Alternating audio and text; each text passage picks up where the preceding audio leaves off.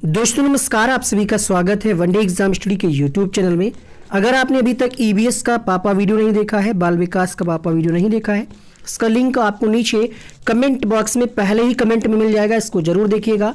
बाल विकास वाले में 2011 से 2019 तक सारे पेपर हल कराए गए हैं विद ऑफिशियल आंसर की, क्योंकि आपकी किताबों में बहुत सारी गलतियां मिलती हैं। ईवीएस का पापा वीडियो जो है इसमें कक्षा 3, 4, 5 की किताबों का निचोड़ है। एनसीईआरटी 15 क्वेश्चन इसी वीडियो से आपको मिल जाएंगे। इसके अलावा मैथ्स पेडागोजी, संस्कृत पेडागोजी, अन्य सब्जेक्ट के भी ऐसे ही पापा वीडियो जल्द ही मिलेंगे। पापा वीडियो का मतलब है एक डिटेल, है ना, पूरी जिम्मेदारी इस वीडियो पे है, इसमें से बहुत सारे प्रश्न आएंगे। तो चलिए शुरू करते हैं आज की इस क्लास को। एनसीएफ 2005 एक महत्वपूर्ण टॉपिक है, क्योंकि पेडागोजी के जो क्वेश्चंस पूछे जाते हैं उनका आधार एनसीएफ ही रहता है। तो पहले आपको एनसीएफ की थ्योरी कराई जाएगी, उसके बाद उससे संबंधित कुछ वन लाइनर क्वेश्चन, और उसके बाद 30 क्वेश्चन का हमने टेस्ट रखा है। तो चेक करिए आपकी तैयारी कैसी है। चलिए शुरू करते हैं एनसीएफ के बारे में, पहले आप डिटेल को जानिए। तो एनसीएफ, जैसा कि आप सबको पता है कि एनसीएफ का फुल फॉर्म होता है नेशनल करिकुलम फ्रेमवर्क, यानी राष्ट्रीय पाठ्यचर्या की रूपरेखा। क्वेश्चन अगर आपसे पूछेगा तो ये पूछेगा कि एनसीएफ का उद्देश्य क्या है, एनसीएफ का फुल फॉर्म क्या है, एनसीएफ की शुरुआत कहाँ से होती है, इस तरीके से प्रश्न पूछे जा सकते हैं।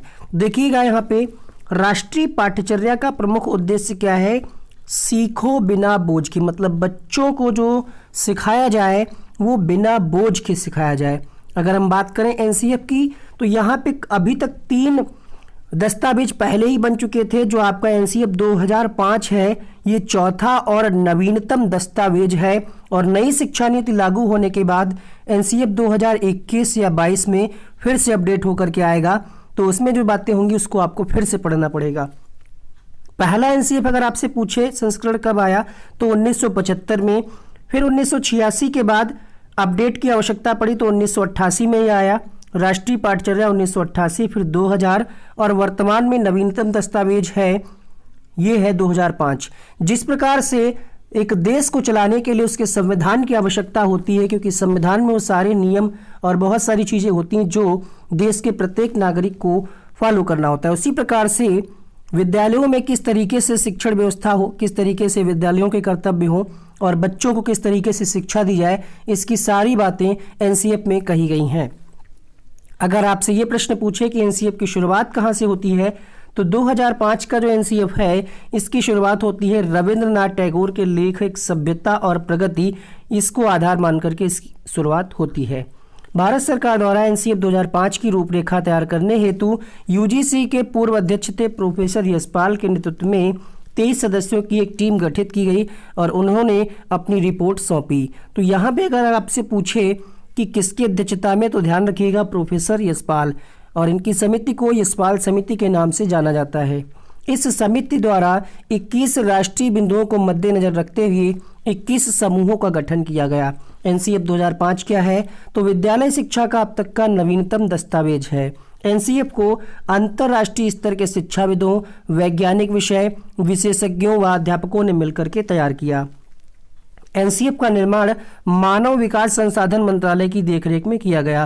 क्वेश्चन आपसे कई बार पूछता है कि एनसीएफ का सूत्र क्या है, तो शिक्षा बिना बोझ के या लर्निंग विदाउट बर्डन। क्वेश्चन आपसे पूछेगा कि कक्षा 10 की परीक्षा का आधार क्या होगा, तो कक्षा 10 की परीक्षा क्या होगी, ऐच्छिक होगी, क्योंकि कक्षा 10 में आपने देखा होगा कुछ बच्चे क्या है आर्ट साइड पढ़ते हैं, मतलब मैथ जो लेते हैं वो कॉमर्स, है ना, सबके सब्जेक्ट चुनने का वहाँ पे मौका मिलता है। आगे हम बात करें राष्ट्रीय पाठ्यचर्या रूपरेखा 2005 के अनुसार अधिगम क्या है, अपने स्वभाव में सक्रिय है और सामाजिक है। तो ध्यान रखिएगा अगर ऑप्शन में निष्क्रिय देता है तो वो गलत हो जाएगा। अधिगम क्या है, सक्रिय है और सामाजिक है। अब यहाँ पे हम कुछ सिद्धांतों की बात करते हैं। यहाँ से आपकी परीक्षा में प्रश्न पेडागोजी में जरूर मिलेगा। हो सकता है डायरेक्टली आपसे ना पूछे, लेकिन पेडागोजी के जो क्वेश्चंस आते हैं शिक्षण आधारित, उनके ऑप्शंस में आपको ये सारे पॉइंट्स देखने को मिल सकते हैं। तो यहाँ पे कुछ सिद्धांत दिए गए। क्या कहा गया कि ज्ञान को स्कूल के बाहरी जीवन से जोड़ा जाए, है ना, सिर्फ किताबी ज्ञान ना दिया जाए बच्चे को, बल्कि बाहरी जीवन से भी जोड़ करके ज्ञान दिया जाए। पढ़ाई को रटंत्र प्रणाली से मुक्त किया जाए, ठीक है, मतलब बच्चे को कंठस्थीकरण पे बल ना दिया जाए, बल्कि कैसे बाहरी जीवन से और करके सीखने पर बल दिया गया। रटने की प्रणाली को खत्म करने के लिए बात कही गई है। पाठ्यचर्या जो हो, सिलेबस जो हो, वो सिर्फ पाठ्यपुस्तक केंद्रित ही ना हो। कक्षा को विभिन्न गतिविधियों से जोड़ा जाए, क्लास में कुछ एक्टिविटी भी कराई जाए, राष्ट्रीय मूल्यों के प्रति आस्थावान विद्यार्थी तैयार किए जाएं। मतलब सिलेबस में ऐसी चीज़ें हों जिससे राष्ट्र के प्रति बच्चों की आस्था जगे और राष्ट्र के प्रति बच्चों का प्रेम बढ़े। एनसीएफ के कुछ सुझाव थे, तो सुझाव में देखते हैं। कहा जा रहा है विद्यार्थियों को निष्क्रिय रहने के लिए मजबूर न किया जाए। ऐसा नहीं कि सिर्फ टीचर ही बोलता जा रहा है, क्लास में पढ़ता जा रहा है और बच्चे सुन रहे हैं, बच्चे निष्क्रिय हो जाएंगे, तो ऐसा ना किया जाए, ये कहा गया एनसीएफ में। क्योंकि पहले आपने देखा होगा गुरु और शिष्य की जब परंपरा थी पहले, है ना, आश्रम वगैरह में, तो गुरु बोलते जाते थे, जो शिक्षार्थी होता था चुपचाप सब सुनता रहता था, तो वहाँ पे बच्चा क्या होता था, निष्क्रिय। इसका विरोध किया गया और कहा गया कि ये ना हो क्लास में। बच्चों की अवलोकन क्षमता का विकास किया जाए, ज्ञात से अज्ञात की ओर, जो बच्चे को ज्ञात हो वो, फिर जो ज्ञात ना हो उसकी ओर पढ़ाया जाए। मूर्त से अमूर्त की ओर, मतलब जो चीज़ें बच्चे के सामने हो पहले उसको अध्ययन कराया जाए, फिर जो चीज़ें उसके सामने ना हो, इन शिक्षण सूत्रों का प्रयोग किया जाए। शिक्षा कोई भौतिक वस्तु नहीं है कि आप मार्केट में जाएं, खरीद लें, घोल करके पी जाएं, आ जाए, जिसको अध्यापक या डाक के जरिए छात्रों तक पहुंचाया जा सके, अर्थात करके सीखने पर बल दिया जाए, यहाँ पे कहा जा रहा है। विशाल पाठ्यक्रम, मोटी किताबें, ये क्या है, असफलता का प्रतीक है। मतलब मोटी मोटी किताबें, बहुत ज़्यादा सिलेबस, ये क्या है, असफलता का प्रतीक है, क्योंकि बच्चा फिर रटेगा और रट करके पेपर दे आएगा, वहाँ पे कुछ सीख नहीं पाएगा। ज्ञान के परिमार्जन हेतु बच्चों की अंतर्निहित शक्तियों का विकास किया जाए, कि बच्चे में टैलेंट क्या है, किसी को अगर डांसिंग में है, किसी को सिंगिंग में है, या कोई एक्टिंग में है, तो उसके अंदर, बच्चे के अंदर जो अंतर्निहित शक्तियाँ हैं, उसके लिए भी बच्चों को मौका दिया जाए। मूल्यों को उपदेश देकर नहीं, वातावरण देकर स्थापित किया जाए। कई बार एक प्रश्न पूछा जाता है कि एक टीचर, एक अध्यापक कक्षा में अपने बच्चों में अच्छे गुणों का विकास करना चाहता है, तो वो क्या करे, महात्मा गांधी की कहानी सुनाए, उपदेश दे, या फिर वातावरण स्थापित करे, तो आप वहाँ पे क्या लगाएंगे, वातावरण स्थापित करें, या टीचर स्वयं ही वैसा व्यवहार करे जैसा वह बच्चों में चाहता है। शिक्षण में रोचक विधियों का प्रयोग किया जाए, अर्थात व्याख्या विधि का प्रयोग कम से कम किया जाए, ये बात आप ध्यान रखिएगा। शिक्षण प्रक्रिया में बच्चों की लोकतांत्रिक भागीदारी निश्चित की जाए, मतलब बच्चों को भी मौका मिले अपनी बात को कहने का, सिर्फ टीचर ही प्रश्न ना पूछे, बच्चे भी प्रश्न पूछें, बच्चों की भागीदारी रहे।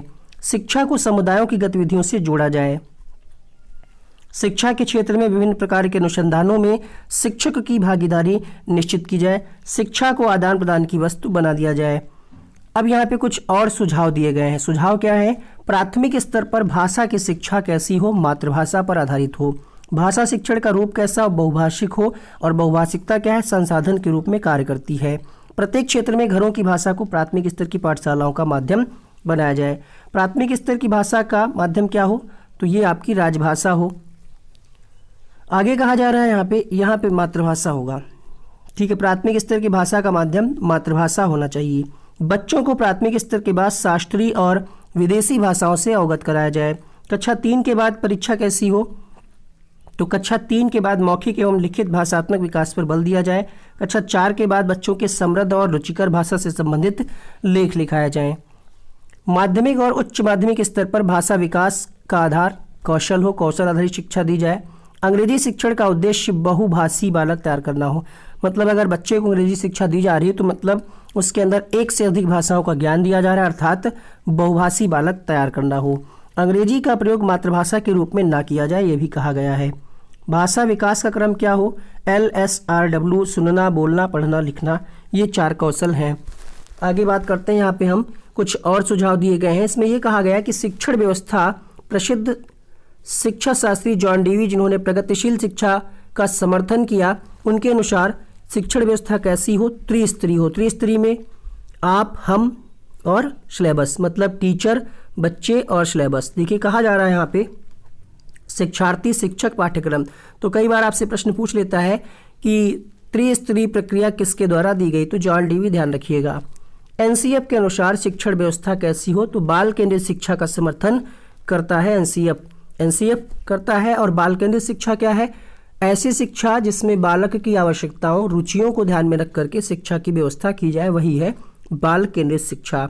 एनसीएफ के अनुसार शिक्षण व्यवस्था विभिन्न प्रकार के कौशल, अवबोध एवं चिंतन पर आधारित होना चाहिए। हम आपसे रिक्वेस्ट करेंगे कि वीडियो को शेयर करिएगा उन लोगों तक जो सीटेट या किसी भी राज्य से टीचिंग एग्जाम की तैयारी कर रहे हैं। साथ ही साथ अगर आप इसके नोट्स बना लेंगे तो ज़्यादा अच्छा रहेगा। खुद के नोट्स बनाइए, ज़्यादा अच्छा रहेगा। बाकी अगर आपको नोट्स लेने हैं तो हमारे व्हाट्सएप नंबर पर मैसेज करके नोट्स को परचेज कर सकते हैं। अच्छे शिक्षण की विशेषताएं की अगर हम बात करें तो हमें क्या करना है, बच्चों में उत्सुकता जागृत करनी है, शिक्षण कौशलों पर आधारित हो, शिक्षण में कला और विज्ञान दोनों पद्धतियों का प्रयोग किया जाए, शिक्षण में निदानात्मक उपचारात्मक पद्धतियों का उपयोग किया जाए। निदानात्मक उपचारात्मक में क्या होता है, पहले हम निदान करते हैं, पता लगाते हैं कि बच्चे को कहाँ कहाँ प्रॉब्लम हो सकती है, फिर उसका उपचार करते हैं। तो इन पद्धतियों का प्रयोग किया जाए। शिक्षण क्रियाशीलता पर आधारित हो, बच्चा करके सीखे। शिक्षण का मुख्य आधार बालक हो यानी बाल केंद्रित शिक्षा। शिक्षण की समस्त प्रक्रियाएं वैज्ञानिक आधारित संपादित किया जानी चाहिए। मतलब कोई ऐसा नहीं कि आप परंपराओं पर आधारित पढ़ा रहे हैं, है ना, तो कैसी हो, मनोवैज्ञानिक पर आधारित हो। शिक्षण पूर्ण रूप से व्यवस्थित और क्रमबद्ध होना चाहिए। शिक्षण विद्यार्थियों की सामवेगिक स्थिति में स्थिरता हो। मतलब सामवेगिक स्थिति, संवेगात्मक रूप से आप शिक्षण कर रहे हो तो संवेगात्मक रूप से भी बैलेंस्ड हो, ये बात कही गई। अब इसके वन लाइनर क्वेश्चंस को पहले पढ़ लीजिए, फिर इसके ऑब्जेक्टिव टेस्ट के रूप में आपको कराते हैं। पहला प्रश्न है, एनसीएफ 2005 में गुणवत्ता आयाम शीर्षक के अंतर्गत किसको महत्व दिया? तो बालकों के लिए संरचित अनुभव और पाठ्यक्रम सुधार को महत्व दिया गया, क्योंकि मोटी किताबें असफलता का कारण है, इसलिए पाठ्यक्रम में सुधार किया जाए। एनसीएफ 2005 का प्रारंभ रविंद्रनाथ टैगोर के किस निबंध से होती है? तो सभ्यता और प्रगति से। एनसीएफ 2005 में किस पर बल दिया गया है? तो शांति के लिए शिक्षा पर बल दिया गया है। सामाजिक अध्ययन शिक्षण का राष्ट्रीय पाठ्यक्रम कब बनाया गया? तो ये 2005 में। यशपाल शर्मा समिति में कुल कितने सदस्य थे? तो 38 सदस्य थे। पाठ्यक्रम निर्माण की आवश्यकता क्यों होती है?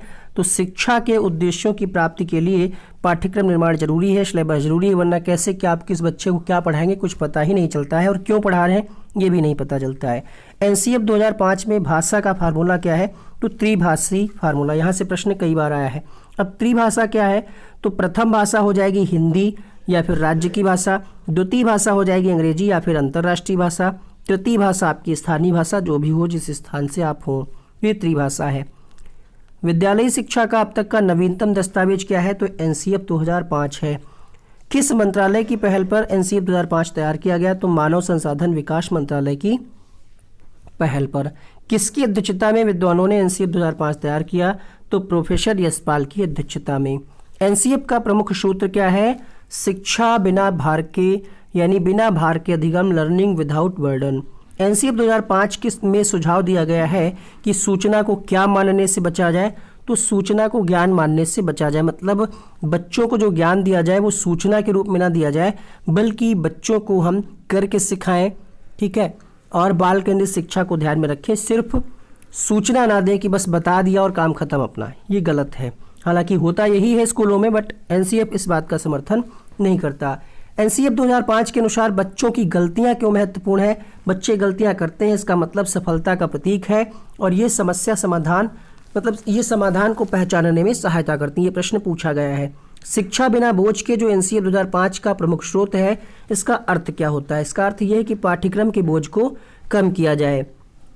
एनसीएफ 2005 सिफारिश करता है कि प्राथमिक स्तर पर गणित की शिक्षा का केंद्र क्या होना चाहिए? तो दैनिक जीवन से जोड़ करके पढ़ाया जाए, है ना। कक्षा में पढ़ाए गए टॉपिक्स को विद्यार्थियों के दैनिक जीवन से जोड़ करके पढ़ाया जाए। एनसीएफ 2005 में गणित शिक्षण के बारे में बताया गया है कि गणित शिक्षण महत्वाकांक्षी, सुगमता और महत्वपूर्ण होना चाहिए। महत्वाकांक्षी का मतलब क्या है? तो महत्वाकांक्षी का मतलब है गणित के उच्च लक्ष्य की, उच्च उद्देश्यों की प्राप्ति करना। अगला देखिए, एनसीएफ 2005 में गणित की लंबी आकृति का क्या मतलब है? तो लंबी आकृति का मतलब है एकता संकल्पना पर दूसरी संकल्पना बनाना, एक संकल्पना पर दूसरी संकल्पना बनाना। एनसीएफ 2005 में कला शिक्षा को विद्यालय में जोड़ने का क्या उद्देश्य है? तो कला शिक्षा को इसलिए जोड़ा गया ताकि सांस्कृतिक विरासत की प्रशंसा हो और छात्रों के व्यक्तित्व और मानसिक स्वास्थ्य को विकसित किया जा सके कला शिक्षा के माध्यम से। एनसीएफ 2005 के अनुसार सीखना क्या है?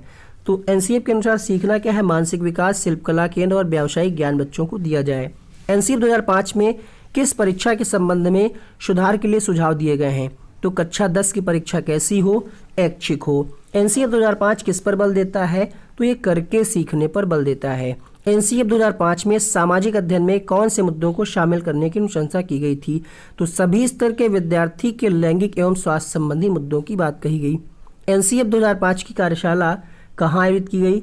तो एनसीईआरटी नई दिल्ली। और अगर आपसे ये प्रश्न पूछे कि एनसीएफ जारी कौन करता है, कौन तैयार करता है, तो एनसीईआरटी ही तैयार करती है, जिसका मुख्यालय नई दिल्ली में है। एनसीएफ 2005 का सूत्र शिक्षा बिना बोझ के कब आया हुआ विचार था? तो ये 1993 में। एनसीएफ 2005 के अंतर्गत परीक्षा सुधारों में किस सुधार को सुझाया गया है? तो सामूहिक कार्य मूल्यांकन, सतत मूल्यांकन और खुली पुस्तक परीक्षा, मतलब जो मूल्यांकन हो सामूहिक रूप से हो और लगातार हो, और मतलब ओपन एंडेड क्वेश्चन पूछे जाएं। एनसीएफ 2005 में बताया गया है, क्या बताया गया है? सपनों के भारत को धरातल पर उतारने की युक्ति कही गई। मतलब जो सपना है कि हमारा भारत देश जो है और अच्छा हो शिक्षा के क्षेत्र में, एनसीएफ में कहा गया है कि उनकी हम मतलब एक प्रयास कर रहे हैं कि सपनों के भारत को धरातल पर उतारा जाए। एनसीएफ 2005 के अध्याय विद्यालय एवं कक्षा वातावरण में क्या बताया गया है? इसमें यह कहा गया है कि वातावरण के भौतिक एवं मनोवैज्ञानिक आयाम अधिगम को कैसे प्रभावित करते हैं, ये बताया गया है। एक चैप्टर है आप में एनसीएफ में, विद्यालय एवं कक्षा का वातावरण। करिकुलम किस भाषा का शब्द है? तो करिकुलम लैटिन भाषा का शब्द है। एनसीएफ 2005 में किन शिक्षण सूत्रों के अधिकतम प्रयोग का सुझाव दिया गया है? तो अभी भी आपने थ्योरी में क्या पढ़ा था? ज्ञात से अज्ञात की ओर और मूर्त से अमूर्त की ओर। एनसीएफ 2005 के अनुसार मार्गदर्शक सिद्धांत में निहितार्थ क्या है? ज्ञान को स्कूल के बाहरी जीवन से जोड़ना। थ्योरी पढ़ी आपने, 30 प्रश्न वन लाइनर पढ़े। उम्मीद करते हैं चीज़ें आपको समझ में भी आई होंगी, याद भी आई होंगी। अब आपके लिए कुछ क्वेश्चंस का टेस्ट है ताकि आप समझ पाएं कि क्वेश्चंस की फॉर्म में कैसे पूछा जा सकता है ये टॉपिक। पहला प्रश्न आपने पढ़ लिया है, और एनसीएफ जो है ये करके सीखने पर बल देता है। उपरोक्त सभी देख करके लालच मत करिए। बाकी ऑप्शन क्या है? रटने वाला गलत हो गया, तो यहाँ पे पहला ऑप्शन सही होगा। एनसीएफ 2005 में कला शिक्षा को विद्यालय में जोड़ने का उद्देश्य क्या है? प्रश्न संख्या 2। तो यहाँ पे पहले ऑप्शन में दिया सांस्कृतिक विरासत की प्रशंसा करना और छात्रों के व्यक्तित्व और मानसिक स्वास्थ्य को विकसित करना। तो यहाँ पे दोनों लिखा है, जो वो ए और बी दोनों ही सही हैं। किस मंत्रालय की पहल पर एनसीएफ 2005 तैयार किया गया? तो ये मानव संसाधन विकास मंत्रालय आंसर होगा इसका। किसकी अध्यक्षता में विद्वानों ने एनसीएफ 2005 को तैयार किया? तो यहाँ पे नाम लिखे हुए हैं, आंसर जाएगा प्रोफेसर यशपाल। अगला प्रश्न देखिए, इसमें से कौन सा राष्ट्रीय पाठ्यचर्या 2005 के ढांचे में मार्गदर्शक सिद्धांत नहीं है? तो यहाँ पे बात कही जा रही है कि बच्चों को रटाया जा रहा है, यही गलत है और यही इसका सही उत्तर होगा। एनसीएफ 2005 का प्रमुख सूत्र क्या है? एनसीएफ 2005 का प्रमुख सूत्र है लर्निंग विदाउट बर्डन, शिक्षा बिना बोझ के। क्वेश्चन नंबर 7 आपके सामने। एनसीएफ 2005 का प्रारंभ रविंद्रनाथ टैगोर के किस निबंध से होता है? तो सभ्यता और प्रगति से। एनसीएफ 2005 के अनुसार कौन सुविधादाता की भूमिका में होगा? तो यहाँ पे शिक्षक सुविधादाता, फैसिलिटेटर, सुगमकर्ता शिक्षक के लिए कहा गया, क्योंकि शिक्षक बच्चों के लिए सुविधाएं उपलब्ध कराता है, चीज़ों को सुगम बनाता है। एनसीएफ 2005 के अनुसार सीखना क्या है? मानसिक विकास, शिल्प कला केंद्रित, व्यवसाय केंद्रित, उपरोक्त सभी। अगला प्रश्न देखिएगा, एनसीएफ 2005 में निम्नलिखित में से परीक्षा संबंधी सुधारों को सुझाया गया है। कक्षा 10 की परीक्षा ऐच्छिक हो, प्रतियोगिता परीक्षा ऐच्छिक हो, विद्यालय शिक्षा की विभिन्न अवस्थाओं पर राज्य स्तर की परीक्षा का संचालन। तो हमने आपको बार बार बताया कक्षा 10 की परीक्षा ऐच्छिक हो। एनसीएफ 2005 के अंतर्गत परीक्षा सुधारों में निम्न में से किस सुधार को सुझाया गया? इन सभी को सुझाया गया, आंसर होगा ऑप्शन नंबर डी। राष्ट्रीय पाठ्यचर्या रूपरेखा 2005 के अनुसार अधिगम अपने स्वभाव में डैश डैश है।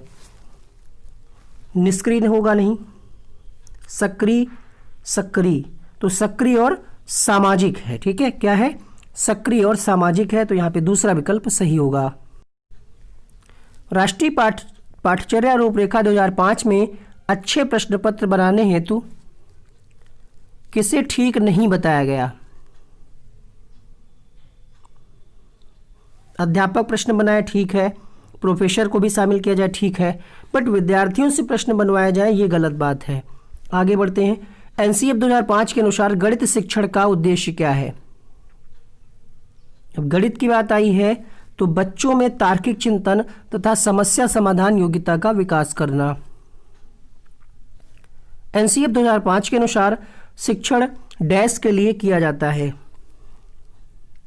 ज्ञान का निर्माण करने में सक्षम हो, रचनात्मक एवं सृजनात्मक शक्तियों का विकास हो, नैतिक गुणों का विकास हो। तो यहाँ पे आंसर जाएगा ऑप्शन नंबर डी के साथ। एनसीएफ 2005 में गुणवत्ता आयाम शीर्षक के अंतर्गत महत्व किसे दिया गया है?